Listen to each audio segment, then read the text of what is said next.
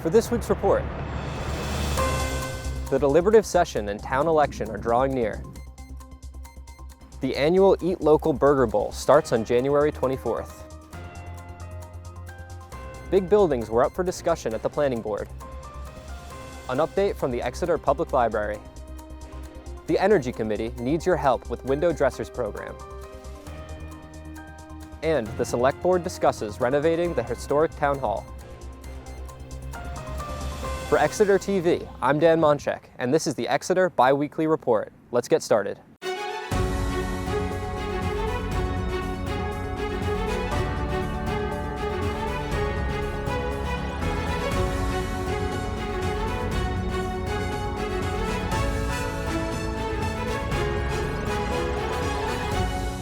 Hi, I'm Dan Monchek, the new media tech at Exeter TV, and I'm excited to get the show started today. Thanks for tuning in. If you're new to the channel like me, or a returning viewer, be sure to hit the subscribe button and give us a like to help spread the word. For our first segment, Bob Glowacki has important information about the upcoming town hall election. The deliberative session is just 2 weeks away on Saturday, February 1st. With Exeter having the SB2 style of government, the town holds a two-part town meeting.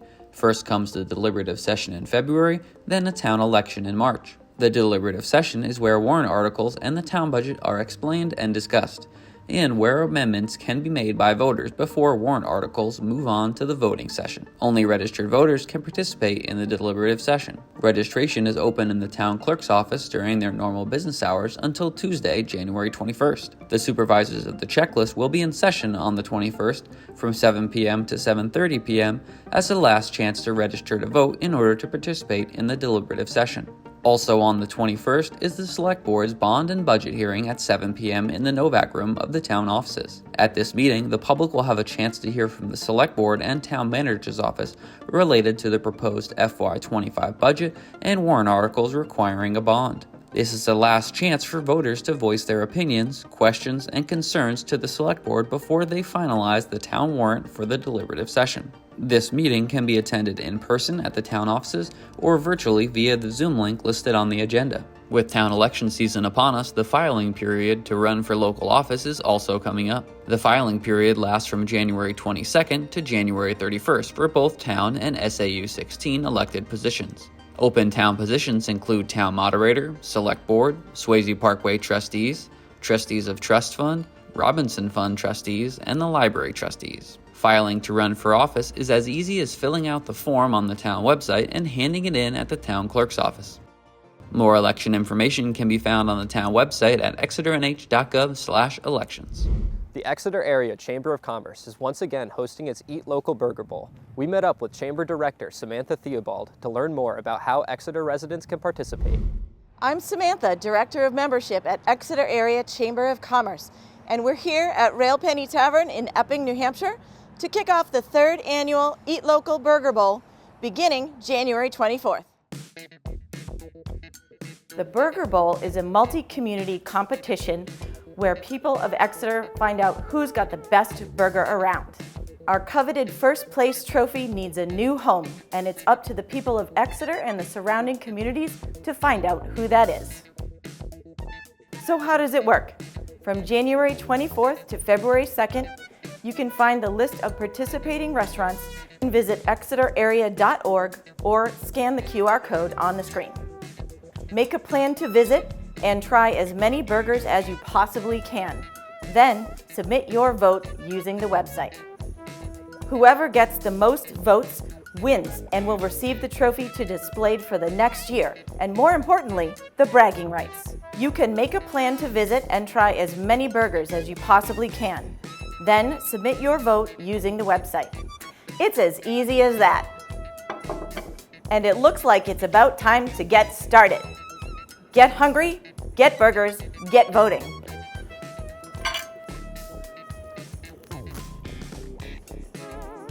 So remember, January 24th to February 2nd, you can find the list at exeterarea.org or by scanning the code on the screen. Riverwoods was back on the agenda alongside a mixed-use development proposal on Portsmouth Ave at a recent planning board meeting. Here's a quick recap from our meeting minute series.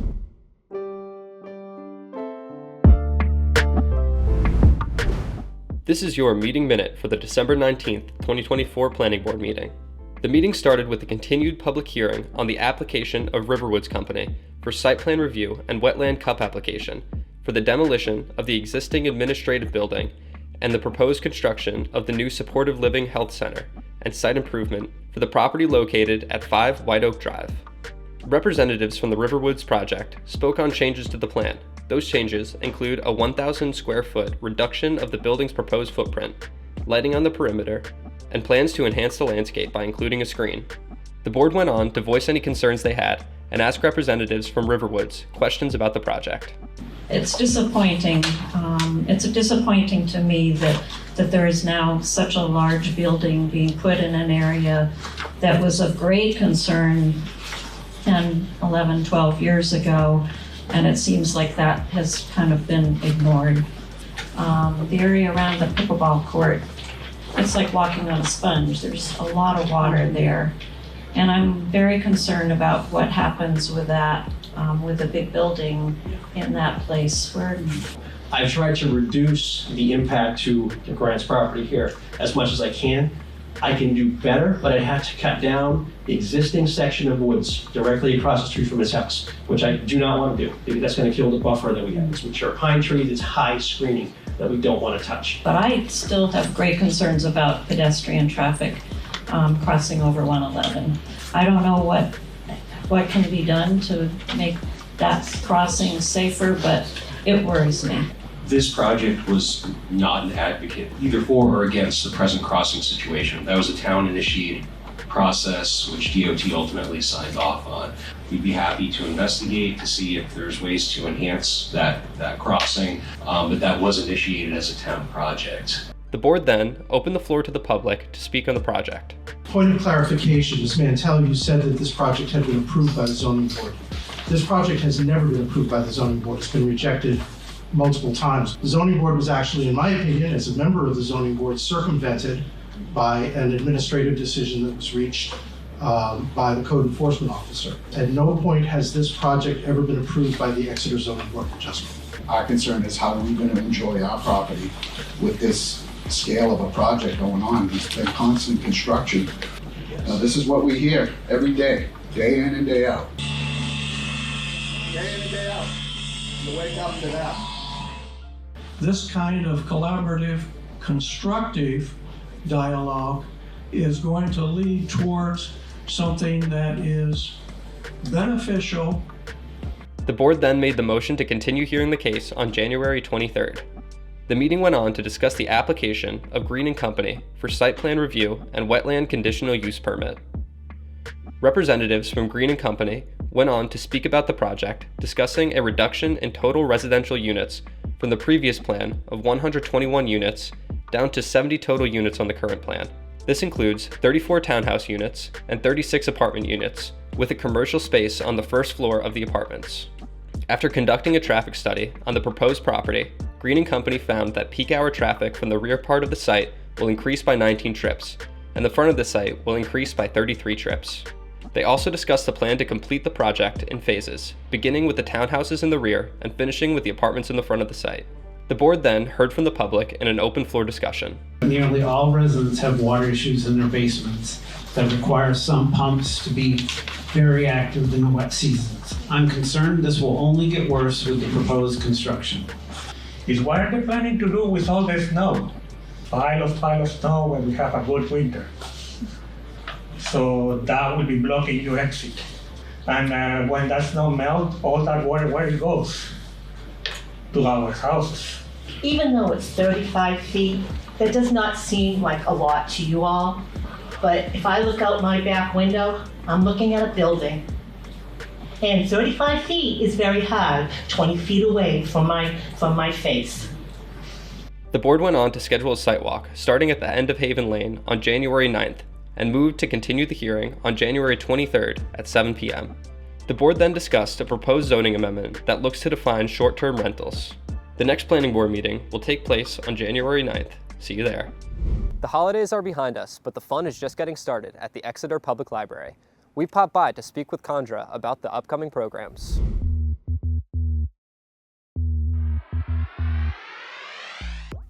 Hi everyone, it's Conjure from the Exeter Public Library here to share some library updates. First off, our annual appeal is still going on through the end of February. If you're thinking about giving to the library, now's a great time to do so. If you give in the month of January, your funds will go towards buying mysteries and thrillers, and your name will be included on one of the books.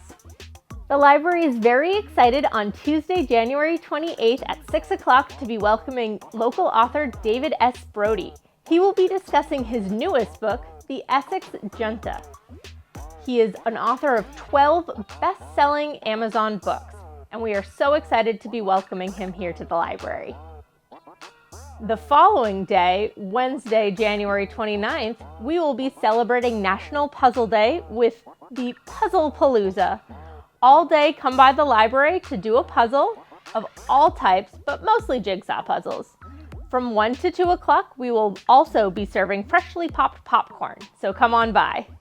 French Table is returning the first week of February. On Thursdays from 1 to 3, people who speak French at any level are welcome to come on by the library and get some practice in. There are no teachers and no lessons. This is just an opportunity for people to practice speaking French in a fun, welcoming environment. 2025 is here, and that means all book groups are back up and running. If you have a child in 1st through 5th grade, a teen in 6th grade through high school, or any adult, we've got a book group for you. Come on by the library to pick up a book and participate in the monthly meetings. These groups are a lot of fun with some really cool people, and we hope to see you there. There are so many more things happening at the library that I don't have enough time to share them here, but check out our website or come on by and learn about all the fun things that are happening, and we hope to see you real soon. The Exeter Energy Committee is working with Window Dressers program to help residents in town stay warm and save on their energy bills. But they need your help. Gabe Perez has more information on the program and how you can help. The Window Dressers is coming to Exeter, and they're looking for volunteers to help the community afford reusable energy and save on home heating costs. From January 18th to the 23rd in Exeter's Town Hall, the Window Dressers, who are being coordinated by the Exeter Energy Committee, will be holding their major volunteering event from 8 a.m. to 5 p.m. Volunteers helping in the Town Hall will be helping construct window frame inserts that will then be given to individuals who have purchased them. The frames are simple in design, a wood frame with a double layer of plastic and a foam gasket, which will fit around the inside of a person's window, allowing the cold to stay out and the heat to stay in, reducing the cost of heat from within the home by a significant margin. The building event in the Town Hall will create up to 200 inserts a day, but in order to reach their goal, they'll need more people to come and volunteer to keep those numbers up. If you're interested in supporting your community by embracing the spirit of service and coming together and helping your neighbors, then you can sign up to volunteer for the Build event, again on January 18th to the 23rd at the Exeter Town Hall at exeternh.gov/energy/window dressers window insert program. For our last segment, the Select Board recently discussed renovating the historic Town Hall and other items at their January 6th and 13th meetings. Here's a quick recap to get you up to speed before their next meeting on Tuesday, January 21st. This is your meeting minute for the January 6th Select Board meeting. The meeting began with a proclamation for National Law Enforcement Day. All people are hereby called upon to promote gratitude, respect, and support for law enforcement officers who serve and protect our citizens and uphold the law. Then, the board heard a presentation from Tracy Kozak with a Town Hall assessment update. In general, the building has been cared for very well. A few major things could use some work.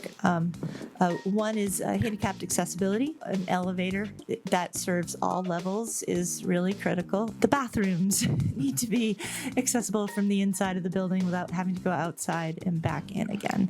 There were some safety issues. They had been flagged by OSHA. You may know that the balcony level was pretty much off limits. So we found some ways to address that and make these areas safe. Do you have any recommendations of what you would recommend first in terms of phasing? The real big thing, I think, is handicapped accessibility.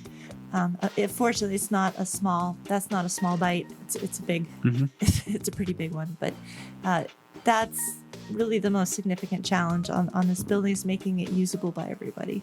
The board discussed how this project might be achieved by taking a phased approach. The board went on to discuss the FY 2025 budget. The budget currently sits at $23,983,000, which is a 4.91% increase from last year. On January 21st, at the bond and budget hearing, the public is welcome to speak, ask questions, or raise any concerns regarding the budget. After that, Russ Dean went on to give his town manager report. He discussed a draft of the CALIA report, which is a national accreditation for the police department. The report spoke very highly of the department. The next step is to send the chiefs from the department to California for a hearing.